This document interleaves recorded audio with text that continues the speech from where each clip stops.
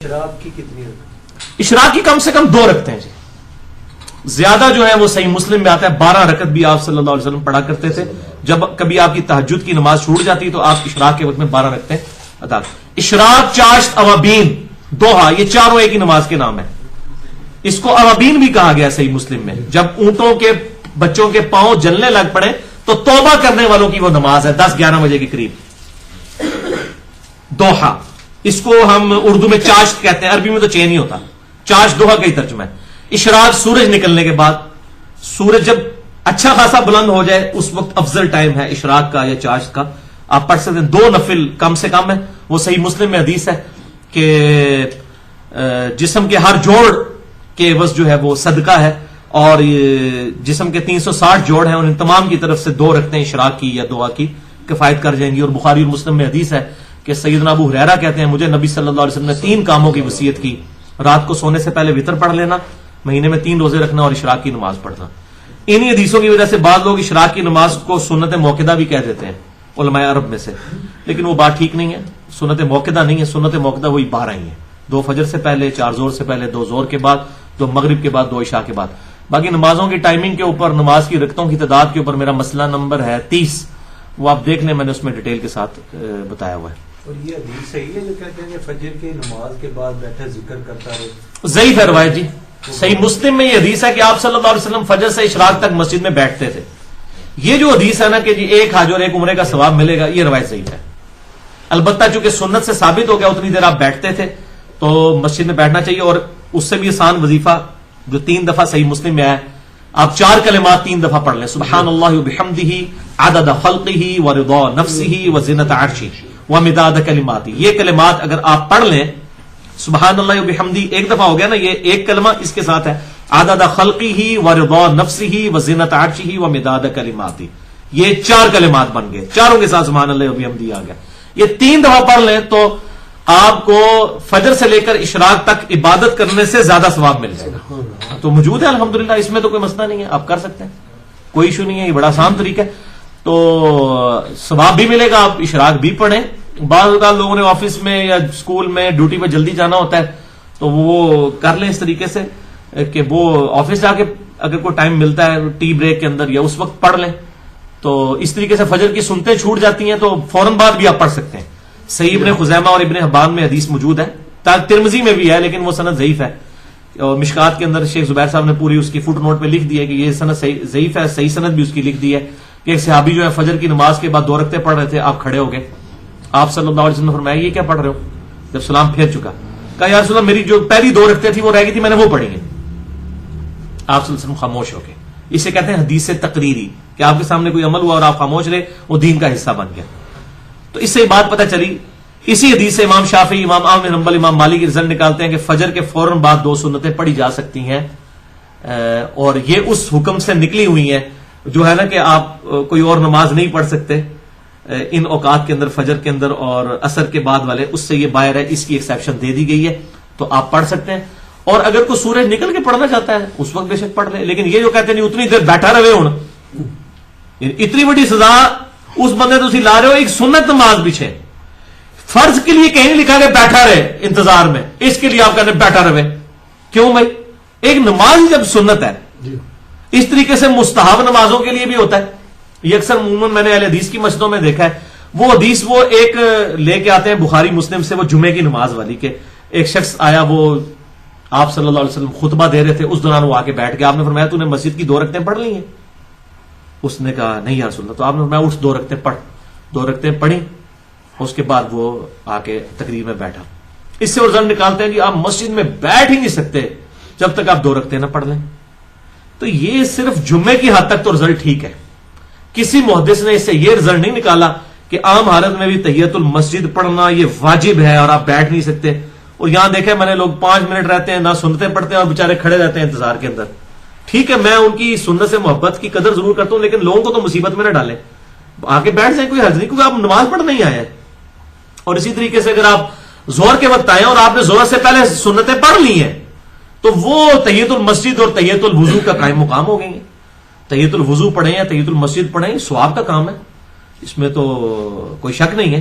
سیدنا بلال کا عمل ہے جب بھی ان کا وضو نہیں ہوتا تھا وضو کر کے 2 رکعتیں پڑھ لیا کرتے تھے. اور آپ صلی اللہ علیہ وسلم نے جنت میں ان کی آہٹ بھی سنی ہے شب معراج. ٹھیک ہے, تو وہ یہ ان کا عمل تھا, یہ بہت اچھا عمل ہے, لیکن فرض و واجب نہیں اس کو آپ قرار دیں گے. اور جمعے کی بھی آپ رکھتے سن لیں, یہ صحیح مسلم کے اندر حدیث موجود ہے, حکمی حدیث ہے, جس نے جمعے کی نماز کے بعد رکعتیں پڑھنی ہو اسے چاہیے 4 رکعتیں پڑھے. تو 4 کی حکمی حدیث ہے. 2 والی حدیث جتنی بھی لے کے آتے ہیں وہ ساری کی ساری عمل ہے. 2 ہو سکتا ہے آپ نے وہاں پڑھی ہو, 2 گھر جا کے. جب یہ آگے نا 4 پڑھے, صحیح مسلم میں حدیث ہے, 2 کر کے پڑھیں یا ایک سلام سے, دونوں طرح درست ہے. میں نے صلاۃ و تسبیح والا لیکچر مسئلہ 91 میں کھول کے بیان کیا کہ جو نفلی نماز ہے, یہ سنت نماز ہے, اس کو آپ 2 کر کے بھی پڑھ سکتے ہیں, ایک سلام سے بھی 4 پڑھ سکتے ہیں. تو یہ جائز ہے, صحابہ کرام سے ثابت ہے. تو 4 پڑھنی ہے جمعے سے پہلے, کم از کم 2 ہیں, اور زیادہ سے زیادہ جتنی مرضی پڑھیں. اور جو صحیح بخاری میں حدیث ہے, جو جتنا جلدی آئے اس کو اونٹ کی قربانی کا ثواب ہے, اس کے بعد جو ہے اس کو گائے کی قربانی کا ثواب, اس طرح کرتے کرتے اینڈ پہ انڈا صدقہ کرنے کا ثواب. اس سے یہ چیز بھی ظاہر ہوئی کہ انڈا بھی حلال ہے. انڈا کہنا ہے حدیث ہی جو کڈو جی انڈا حلال ہے کہ رام ہے, ساڈے امام صاحب نے دسیا. تو ہمارے امام صاحب تو پہلے کوئی نہیں سی انڈا کھانا. یہ ہے صدقہ صرف حلال چیز کا ہی ہوتا ہے. تو آخر میں جو ہے اس کو انڈے کا ثواب ملے گا. اور اس میں الفاظ ہے پھر جو جتنا آپ چاہو نماز پڑھو. تو جمعے سے پہلے کم از کم 2 رکھتے ہیں, زیادہ سے زیادہ آپ 100 پڑھیں. لیکن جب خطیب خطبہ دے رہا ہو, تقریر شروع ہو چکی ہو, پھر آپ نے 2 ہی پڑھنی ہے, پھر 4 نہیں آپ پڑھ سکتے. وہ 2 آپ نے پڑھ کے فوراً بیٹھ کے تقریر سننی ہے. اصل تو مقصد وہی تقریر ہے, اور وہ تقریر ہی اصل میں جب خطیب آ جاتا ہے نا ممبر کے اوپر, اس کے بعد رجسٹر بند ہو جاتے ہیں. صحیح بخاری میں حدیث ہے. تقریر سے مراد عربی والا نہ جی, عربی اردو کا تو تقریر یہ بعد میں مولویوں نے مسئلہ نکالا ہے نا. اس میں الفاظ ہے ممبر پہ آنے سے پہلے.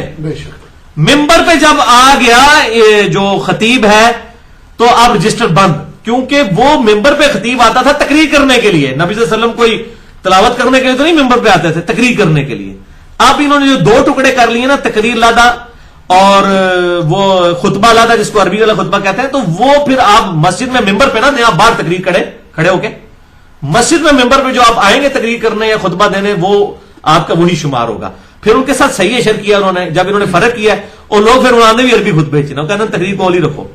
حالانکہ آپ حنفیوں کی مسجد میں بھی اگر جمعہ پڑھتے ہیں نا, تو امام کی جو تقریر ہے نا اس کی شروع ہونے سے پہلے اگر آپ مسجد میں پہنچیں گے تو آپ کو وہ ایکسٹرا آرڈنری ثواب ملے گا. ادروائز کوئی ثواب شواب نہیں ہے, صرف جمعے کا فرض ہی پورا ہوگا. وہ تو 2 رکعتیں بھی پڑھ لیں تو فرض پورا ہو جائے گا. لیکن مقصد دیکھیں, اس دن تقریر اصل مقصد ہے. اللہ نے 4 کو بھی 2 کر دیا ہے. اصل مقصد تو وہ تقریر ہے, تذکیر کے لیے ہوتا تھا. سورہ قاف پڑھا کرتے تھے آپ صلی اللہ علیہ وسلم, صحیح مسلم میں آتا ہے. وہ تذکیر کے لیے تقریر ہوتی ہے, اس لیے 4 رکعتیں کم کی گئی ہیں اور 2 رکعتیں. اچھا, اس حوالے سے بعض ایک روایت بھی ہے, وہ ضعیف سند کے ساتھ ہے, سنن دارقطنی کے اندر, کہ اگر کوئی شخص جمعے میں صرف تشہد میں آ کے ملے تو 4 رکعتیں پڑھے. تو یہ روایت صحیح نہیں ہے. صحیح یہی ہے کہ اگر وہ جمعے کے تشہد میں سلام سے پہلے امام سے مل بھی جاتا ہے نا, تو وہ پھر 2 رکعتیں ہی پڑھے گا. اور اگر اس کی رہ گئی ہے تو پھر وہ 4 فرض پڑھ لے اس کے زور کے. اور سفر میں تو جمعہ آپ صلی اللہ علیہ وسلم سے ثابت نہیں ہے. ٹھیک ہے, اگر کوئی پڑھ لیتا تو جواز کی حد تک ہے, ادروائز سفر میں آپ صلی اللہ علیہ وسلم نے 2 فرض ظہر کے ہی پڑھے ہیں, سفر میں جمعہ چھوڑ دیا. ظاہر ہے سفر کے اندر ویسے ہی بندہ تھکا ٹوٹا ہوتا ہے, تقریر کون سنے. اصل تو مقصد تقریر کرنا ہے نا, تذکیر کرنا ہے نا. تو آپ صلی اللہ علیہ وسلم نے اس کو بھی سکپ فرما دیا اس حوالے سے. اچھا جی, اگر مسجد میں پڑھیں گے تو 4 سنتے پڑھیں گے بعد میں, اگر گھر پڑھیں وہ میں نے بتایا نا وہ غلط ہو گیا نا. جب آپ نے فرما دیا جس نے پڑھنی ہے وہ 4 پڑھے, تو آپ چاہے مسجد میں پڑھے چاہے گھر جا کے پڑھے, جدھر مرضی پڑھے, پڑھنی 4 ہے. 4 سے آپ بے شک زیادہ پڑھ لیں, 6 بھی ابن عمر سے ثابت ہے. 4 پڑھنی ہے, یہ حکمی حدیث ہے. اور وہ کہتے ہیں جو گھر جا کے پڑھے وہ 2-3 روایتوں کو جوڑا ہوا ہے. اب صحیح حدیث ہے بخاری کے اندر, ظاہر ہے بخاری کے اندر ہے کہ ابن عمر کہتے ہیں ہم نے ظہر سے پہلے آپ کے ساتھ 2 رکعتیں بھی پڑھی ہیں. اس سے بعض لوگوں نے رزلٹ نکالا کہ ظہر سے پہلے 2 بھی کافی ہیں. یہ غلط رزلٹ ہے, کیونکہ وہ 12 رکعتوں کے اوپر جنت کے محل کی بشارت ہے. اس میں ظہر سے پہلے 4 ہیں. وہ ابن عمر نے جو 2 ساتھ پڑھی ہیں, ہو سکتا ہے آپ صلی اللہ علیہ وسلم 2 حجرے میں پڑھ کے آئے ہوئے ہوں, یا 2 آپ کا ٹائم تھوڑا تھا, 2 آپ نے بعد میں پڑھ لی ہوں. جب الگ سے حدیث موجود ہے نا کہ وہ کیا معاملات تھے, یہ اسی طریقے سے جیسے گھوڑوں کے دموں والی حدیث جو ہے وہ رفع الیدین پہ لگاتے ہیں, وہ کلیئر ہے کہ تشہد کے وقت تھا وہ سلام ایسے کرتے تھے تو ہاتھ اٹھاتے تھے. اب وہ کہیں گے اس میں سلام کے الفاظ بھی نہیں, وہ آپ دیکھیں وہی حدیث ابو داؤد میں بھی ہے, نسائی میں بھی ہے, اس پہ چیپٹر کیا امام ابو داؤد نے بنایا ہے. اور تقی عثمانی صاحب کو بھی خیال آیا, انہوں نے بھی تقریر ترمذی میں لکھ دیا کہ گھوڑوں کی دموں والی حدیث جو ہے یہ لگانا رفع الیدین پہ یہ علمی خیانت کرنے کے مترادف ہے, یہ اس کے بارے میں نہیں ہے. اور مفتی احمد خان نعیمی صاحب جو ہر چیز الٹی بیان کرتے ہیں, جال ہار کے اندر رفع الیدین کے خلاف چیپٹر باندھا اور یہ روایت انہوں نے اس میں نہیں لکھی, ان کو حیا ہی کہ یہ میں نے نہیں لگانی, ورنہ وہ ہر شاعری لکھ دیں انہوں نے بھی نہیں یہ روایت لکھی. ان کو بھی خیال ہے کہ یار یہ تو خام خواہ مطلب ہم اس کو بدل رہے ہیں دین کو. ٹھیک ہے, خطبے کے دوران ہاں یہ خطبے کے دوران, جمعے خطبے کے دوران جو یہ وہ کہتے ہیں جی وہ پہلے ایسے بیٹھے رہتے ہیں ہاتھ باندھ کے, پھر دوزانوں کچھ بھی نہیں, کہیں بھی ثابت نہیں ہے آپ صلی اللہ علیہ وسلم نے. پہلی تو بات ہے یہ بیٹھتے ہی سارے غلط ہے. احادیث میں جو ملتا ہے وہ یہ ہے کہ صحابہ کرام آپ صلی اللہ علیہ وسلم کی طرف رخ کر کے بیٹھتے تھے, یعنی گول دائرے میں بیٹھیں گے, جس طرح ابھی ادھر بیٹھے انہوں نے میری طرف منہ کیا, ادھر والے ادھر کیا, ادھر یہ قبلہ کی طرف منہ کر کے بیٹھنا جمعے کے خطبے کے دوران یہ تو اس کا مقصد ہی نہیں ہے. تقریر آپ نے سن رہے ہیں, یہ قبلے کی طرف کیوں منہ کیا ہوا ہے, خطیب کی طرف منہ کرنا ہے اور ایسے دائرہ بنا کے اس کے گرد بیٹھے, وہ پورا سیمی سرکل بنا کے اس کی طرف متوجہ رہنا ہے.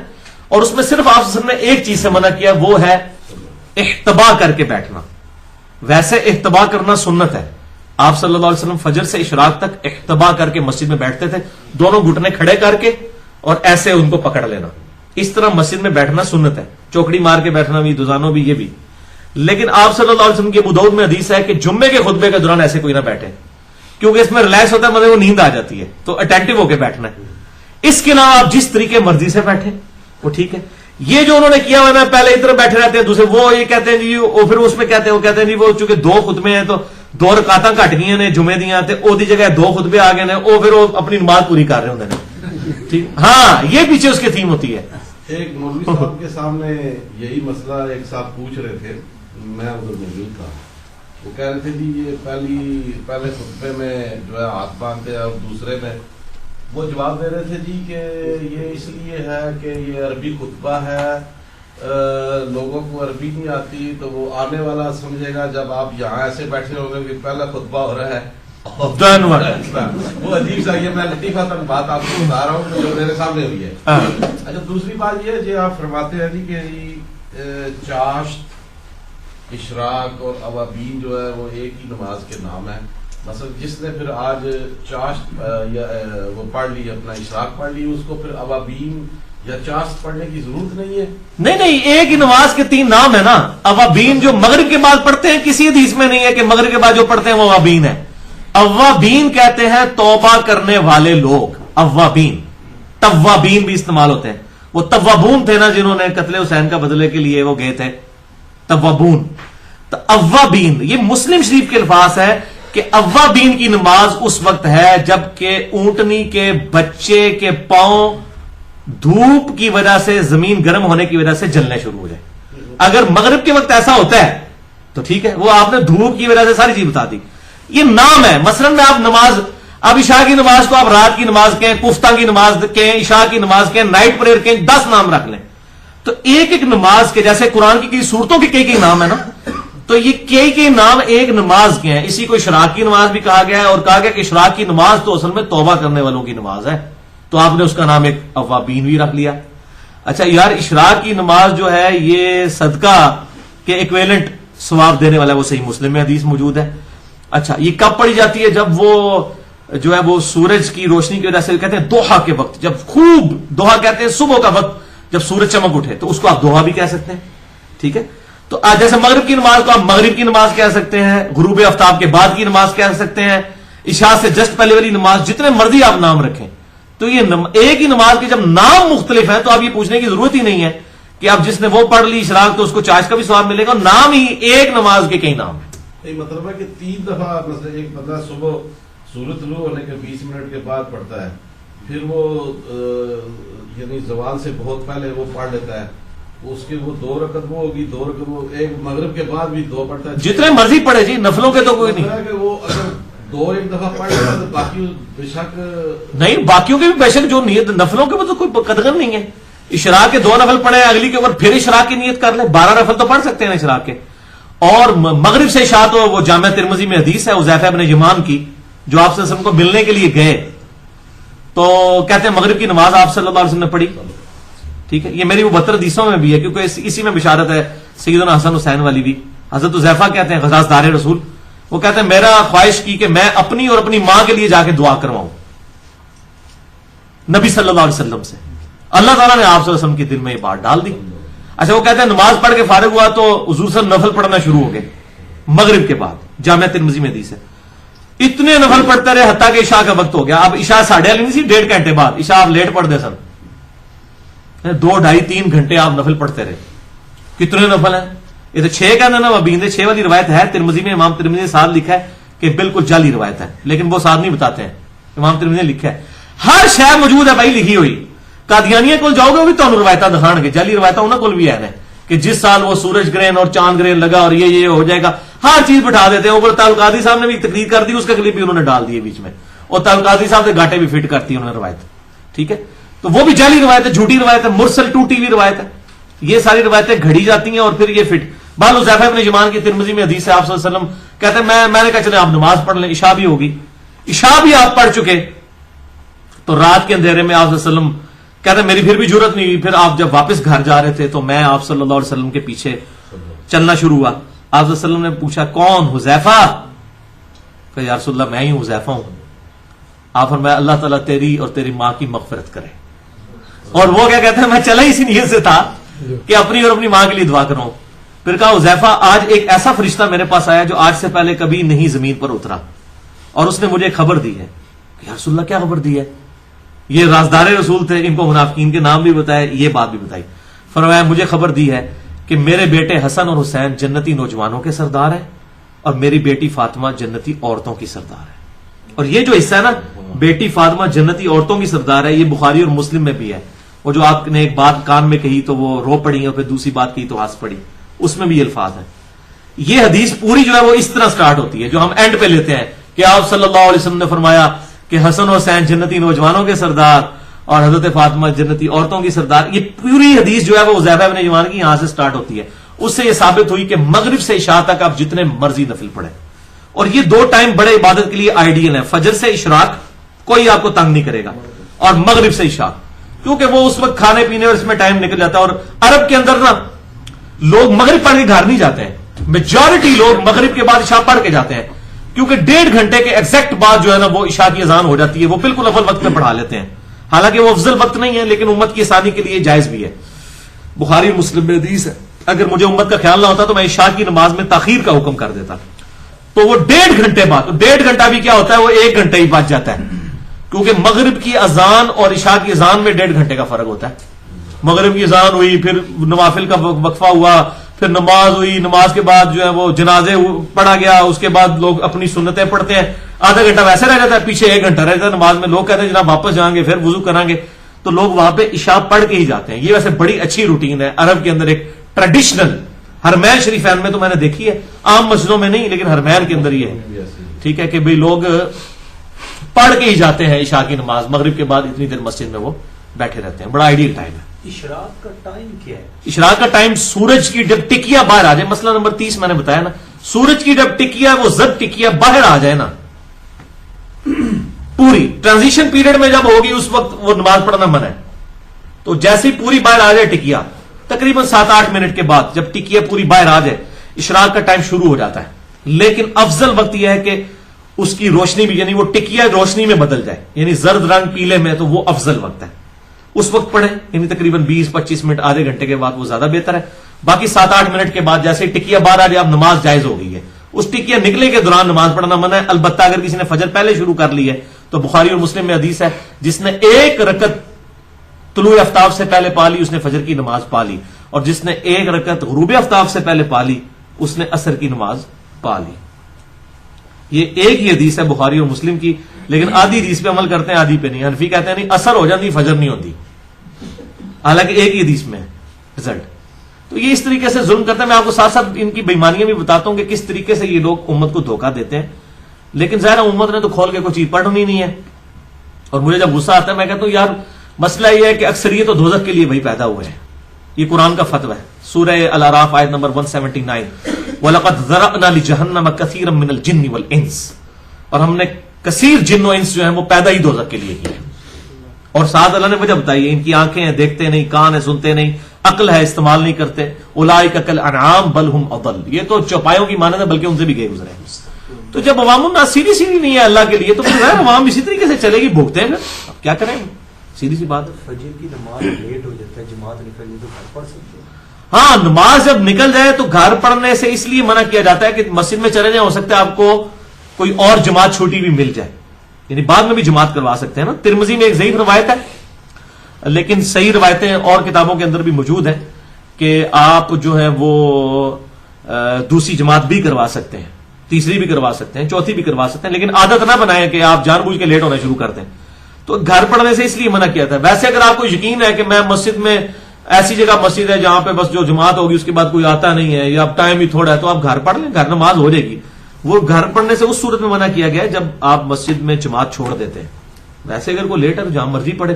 جب بخاری مسلم کی حدیث ہے پوری زمین میرے لیے مسجد ہے، پھر یہ مولویوں نے فتوے لگائے ہوئے گھر میں نماز نہیں ہوتی، غلط بات کرتے ہیں، یہ بےمانی کرتے ہیں.